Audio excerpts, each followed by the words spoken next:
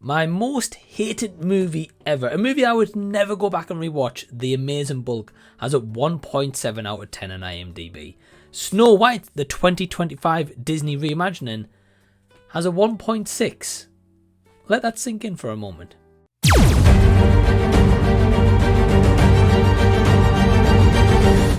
Hey everyone, what's going on? Welcome to the channel and thank you for sparing your own time out to check out my thoughts on Disney's latest reimagining, live action remake of sorts of an animation IP they've held previously and still hold, and this is the 1937 original Snow White, but they've laid into live action starring Rachel Zegler and Gal Gadot. Do I think it deserves the IMDb 1.6 out of 10? Is the movie actually any good?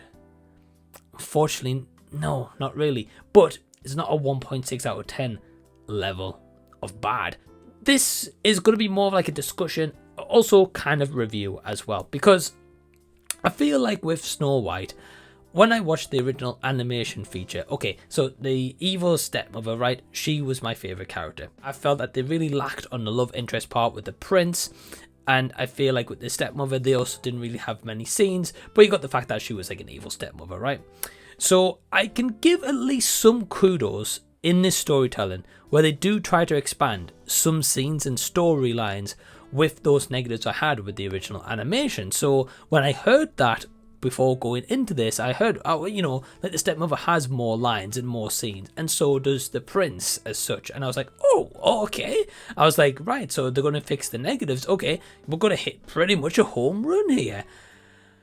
Yeah, they don't make the best decisions, unfortunately, because the issue is with this movie, right? It's longer than the original animation tale. The animation one clocks in at a pretty short runtime. It doesn't really overstay its runtime at all. It could have actually been extended to have a few more scenes, but not if it's going to be scenes like this. The problem is, okay, the director to start with, Mark Webb. Now, I don't mind the guy. For example, 500 Days of Summer.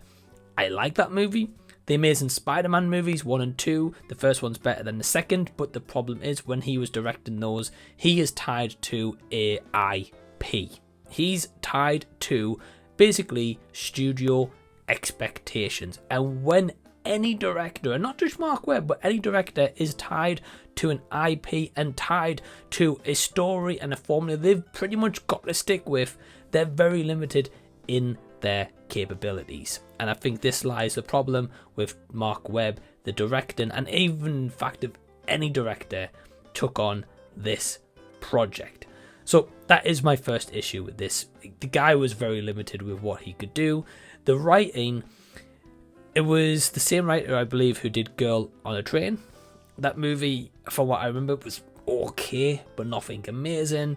And they add the new stuff in here, which is not good. It really does not work. It doesn't help the movie along whatsoever, especially with the pacing, the excitement factor, and also getting people to be like, wow, they've included all this new material, but it actually amounts to actually nothing really whatsoever.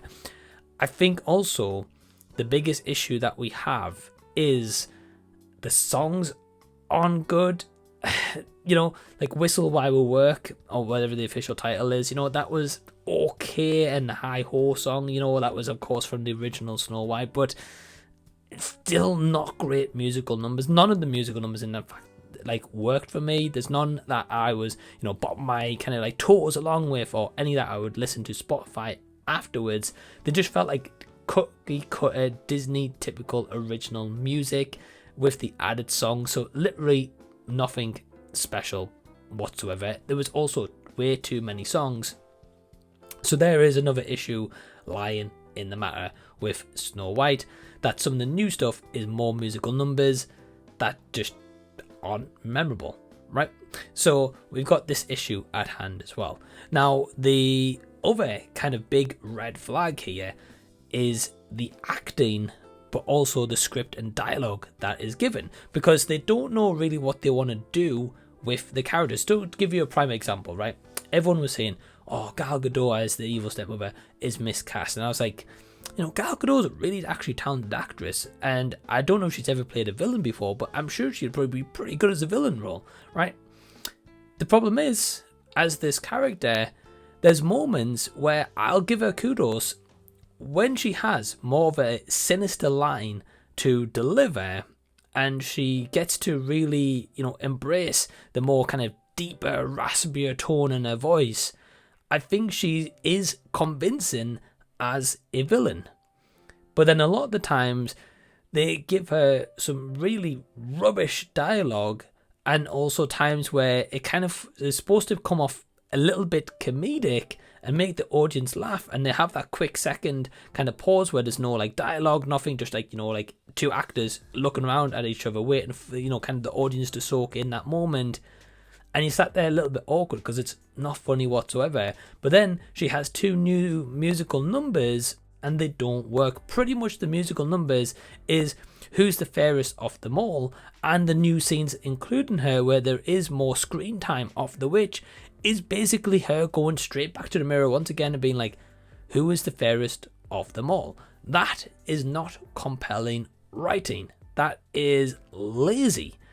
Why are we given more character development to this character? Why are we not exploring more of the origins? Okay, well, what made her to be so vain and have that vanity? Why is she as she is? Not to say that we have to have a story to have her be more sympathetic, but we learn nothing new about her apart from extra scenes to ask if she's the fairest of them all. And we get the whole point of the first time she acts and having that kind of nod to the original, but when you have that on rinse and repeat, it gets very tiresome pretty quickly. Touching on Rachel Zegler as Snow White. Okay, so one thing you can't take away from the actress is she is a good singer. She's always had a very powerful voice. As an actress, is she really a bad actress? No, I actually think she is a talented person. Personal life and personal side of life and, all those kind of views aside, I'm not factoring that into this review. But here is Snow White. I think she kind of tries. The problem is, the costume isn't great throughout. I think the twist on the story and how they changed some things doesn't help this whatsoever. And I think with all of those issues at the helm, it doesn't really give her a lot of substance to work with. Also, the hairpiece, I was not a fan of that hairpiece. I appreciate she was trying to honour the original haircut of Snow White, but I think for this rendition, they could have made it a lot better. A lot of the time, her hair looked pretty much as flat as a pancake. I was like, I'm really not buying her as Snow White. But then also, some of the editing was actually really bad because in certain moments, so for example, they'll be shooting one scene, right? Say for example, when she meets the stepmother and she's aged herself. The one first scene you see is the iconic red lipstick. Then they cut to a scene literally where it might be Gal Gadot talking and then the lipstick's completely off her mouth. They'll cut back again, then the lipstick's slightly on. And there's all these just inaccuracies all the time, even just as little as like that lipstick moment. And again, they may have, cut this a few times. They may have shot the same scene a few times. They may have done different takes, lunch breaks, whatever the case could be. But it was even just something little like that I noticed. And I was like, this does not fit well. It just, how inconsistent can you get? It was really baffling. Really, really was. I can't say she was horrible in the role, but I also can't say she was great either. Now, the matter of the 7 dwarfs. Well, originally 7 dwarfs, but, being respectful, they're called little people. The question's always been, why did they not hire little people to do these roles? My answer is, it really boggles my mind why we did not make that decision, because as Jonathan, who is the prince, but he's not even a prince in this one, so they've changed that completely. He has this crew called the Bandits, and in the Bandits, the main bandit is a little person. And I'm kind of like, well, hold on. Disney's chosen to go CG of all these dwarf characters, but they actually have a little person actor as one of the bandits. Why would you not just make little people as the actors of 7 little people of the story of Snow White? That decision absolutely boggles my mind. I also think it's the wrong decision to make. It kind of feels almost as if like they included a little person as part of the bandit to just have like a tick box exercise to say, right, we've got a little actor in here. Okay, tick. Right, we've reached the criteria. It's just, this movie is filled with just so many questionable decisions. They do try to give a little bit of backstory to Jonathan's character, but basically, for most of the movie, he's a damsel in distress. And Snow White is the kind of brave and the stoic character, so it's kind of a little bit like a role reversal to an extent. And I just feel like the story here was not good. Nothing compelling. I found myself a few times bored. I felt like, you know, this was just dragging its feet just that little bit. Too many musical numbers. And ultimately, the more I sit on my thoughts with this, the more that I dislike the movie. But on a score of 5 stars, I would give it about a 1.5 out of 5. So kind of translating that over, it would be like a 3.5 out of 10. So not as bad as the IMDB score, but also still not great. And again, guys, this is just my own personal opinion. I did not want to hate this movie whatsoever. I actually wanted to give this a really fair shake, and I went in with that mindset of giving it a fair shake, and I wanted to be a one that, you know, kind of blew me away, and, you know, it would be one that in down the line I'd maybe want to pick up in 4K, maybe get a special steelbook off it as well. But unfortunately, if it does hit the shelves, it's going to be staying on the shelf. Have you seen Snow White? Are you going to check it out? Let me know down below in the comment section so we can continue the discussion down there. Also, big thanks to all my awesome Patreons who help to support the channel. If you'd like to join Patreon, you can today from only £2 per month. Link is down below in the description box. And in the meantime, if you click up here, this is my original animation review for Snow White, and I've also got another video suggestion right here. Check those out as well. Till next time that I see you guys, I'll be seeing you later.